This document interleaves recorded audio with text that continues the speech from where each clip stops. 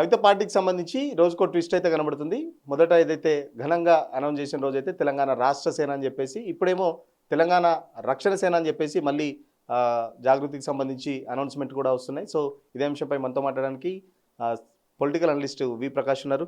Sir ఎట్లా చూస్తున్నారు? మొదట్లేమో తెలంగాణ రాష్ట్ర సేన అని పెట్టి, కాదు కాదు ఇప్పుడు ఇది రక్షణ సేన అని చెప్పేసి మళ్ళీ చెప్తున్నారు. అంటే ఎటు చేరి టీఆర్ఎస్ అనే అక్షరాలు రావాలి. ఇప్పుడు సొంత బలం ఉన్న వాళ్ళు ఎవరు కూడా ఇట్లాంటి దాని మీద ఆధారపడరు. తన తన బలంతో తనిచ్చే విజన్‌తోని, మిషన్‌తోని ఎవరైనా స్థిరపడాలనుకుంటారు. కానీ ఇంకోరు వదిలేసిన పేరు తీసుకోవడము, ఆ పేరు వచ్చినట్టు అక్షరాలు డిజైన్ చేయడము, ఇది చూస్తుంటే ఏందంటే వాళ్ళకి ఆ సొంత బలం లేనట్టే కనబడతా ఉంది. ఎందుకంటే ఒక పార్టీ పెట్టాలనుకున్నప్పుడు తన బలంతో నెగ్గుకు రావాలి. ఇదేందంటే అడ్వాంటేజ్ అని అనుకుంటున్నారు వాళ్ళు గానీ, ఇది వాళ్ళకి పెద్ద డిసడ్వాంటేజ్ అయితది. అంటే ఈ పేరు పెట్టడమే వాళ్ళకి పెద్ద డిసడ్వాంటేజ్ అయితది. ఎందుకంటే టీఆర్ఎస్ అని పెట్టుకున్నంత మాత్రాన ఆ పేరు తనకు వస్తదని చెప్పి అనుకోవాల్సిన అవసరం లేదు. ఇప్పుడు కొంతమంది ఎవరైతే ఇందిరాగాంధీ లాంటి నంబర్ 1 పొజిషన్‌లో ఉన్న లీడర్స్ ఎవరైతే ఉన్నారో, వాళ్ళు ఏ పేరు పెట్టుకున్నా గూడా వాళ్ళని చూసి ఆ పేరుకు శోభ వస్తది. కానీ ఆ రకమైన స్టేచర్ లేకుండా నువ్వు ఆ పేరుని తీసుకుంటే స్టేచర్ వస్తదా కొత్తగా? రాదు గదా! కాబట్టి ఆ పేరు ద్వారా ఎదగాలనుకోవడమే బలహీనత.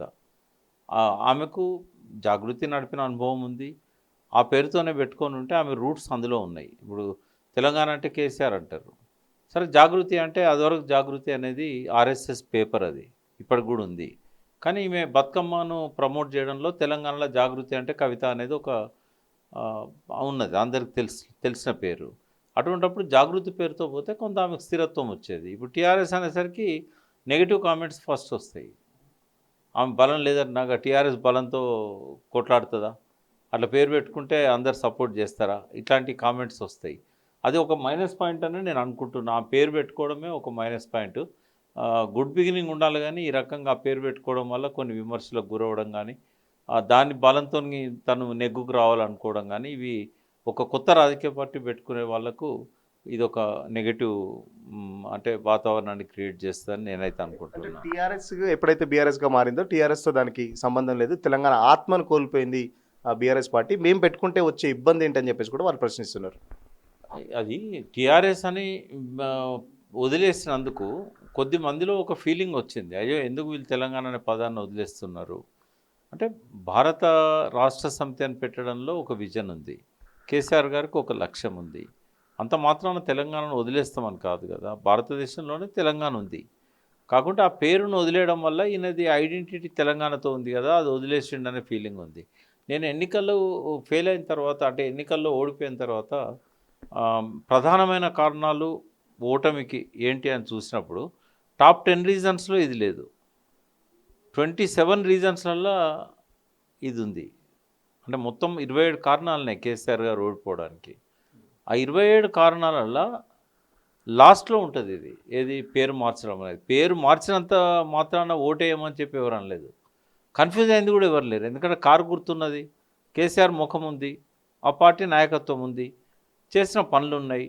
కాబట్టి పేరు మార్చి గూడా అప్పటికి 2 ఇయర్స్ అయింది. కాబట్టి పేరు మార్చినంత మాత్రాన్నే ఓడిపోయిండనేది తెలంగాణ ఆత్మను పోగొట్టుకున్న ఇప్పుడు ఎవరైతే తెలంగాణ ఆత్మను పోగొట్టిండు కేసీఆర్ అని చెప్పేవాళ్ళు ఉన్నారో, ఉద్యమకారులను పట్టించుకోలేదనే వాళ్ళు ఉన్నారో, వాళ్ళు ఎట్లా కేసీఆర్‌కి ఎయ్యరు. బీఆర్ఎస్ ఉన్నా ఏయకపోయేవాళ్ళు, టీఆర్ఎస్ ఉన్నా ఏయకపోయేవాళ్ళు.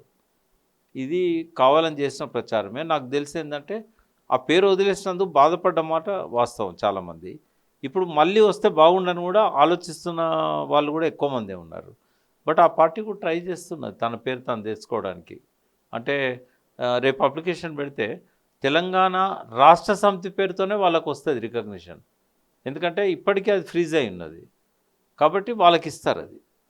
అది మళ్ళొస్తది. వచ్చినప్పుడు ఏమైతది? సాధ్యమైద్దా సార్ నిజంగా ఎలక్షన్ కమిషన్ ఒక వీళ్ళు అప్లై చేసుకుంటే గతంలో కూడా కేసీఆర్ చాలా సందర్భాల్లో చెప్పారు. నెక్స్ట్ ఎలక్షన్స్‌లో కూడా బీఆర్ఎస్ మీదనే పోటీ చేస్తామని చెప్పేసి కూడా కొన్ని సందర్భాల్లో చెప్పిన అంటే ఆ పరిస్థితి. పార్టీలో ఒక కేసీఆర్ గారు మాత్రమే మళ్ళీ ఎందుకు వెనక్కి పోవాలి? ఎట్లాగో ఓటమికి గురి కావడానికి ఇది ప్రధానమైన కారణం కాదు. ఎందుకు మళ్ళీ వెనక్కి పోవాలి? ఫ్యూచర్‌లో ఆయన డ్రీమ్ అది. భారతదేశ వ్యాప్తంగా తన అనుకున్న విధానాలను అమలు చేయాలి. ఎందుకంటే ఈ 2 పార్టీలు కూడా ఫెయిల్ అయినాయి. 2 ప్రభుత్వాలు 78 ఏళ్ల నుంచి అవి రెండే ఉంటున్నాయి. బీజేపీ లేదా కాంగ్రెస్. వీళ్ళు చేయని పని మనం చేయాలి. తెలంగాణలో ఎట్లయితే అన్ని వర్గాల ప్రజలను నేను సంతృప్తిపరిచానో, దేశవ్యాప్తంగా కూడా మౌలిక వసతులు కానీ, నీటిపారుదల రంగం కానీ ఇట్లాంటివన్నీ కూడా పరిష్కరించాలి అనేది ఆయనకు ఒక డ్రీమ్ ఉంది. బట్ ఇప్పటిదాకా ఆయన ఒక్కడే మన పేరు మార్చాల్సిన అవసరం లేదు అని అన్నాడు. బట్ నాకు తెలిసినంత వరకు ఏంటంటే ఆయన కూడా సుముఖంగా ఉన్నట్టు తెలిసింది. కాబట్టి ఏదో ఒక రోజు టీఆర్ఎస్ అనేది మళ్ళీ రివైవ్ అవుతుంది. టెక్నికల్గా సాధ్యమైతే మళ్ళీ టెక్నికల్గా ఎన్నడైనా సాధ్యమే అది.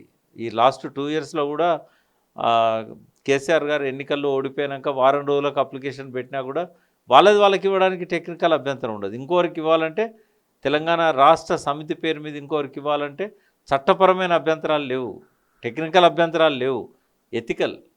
ఎథికల్ గ్రౌండ్ మీద ఏంటంటే ఒక పార్టీ పేరును ఇన్ని సంవత్సరాల తర్వాత వాళ్ళు విత్డ్రా చేసుకున్నా కూడా ఇంకో పార్టీకి ఇవ్వకూడదు, అది జనాన్ని కన్ఫ్యూజ్ చేస్తుంది, అన్డ్యూ అడ్వాంటేజ్ తీసుకుంటారని చెప్పి ఎథికల్ గ్రౌండ్ మీద ఆపుతారు తప్ప టెక్నికల్గా ఏ రకమైన లీగల్ ఇది లేదు.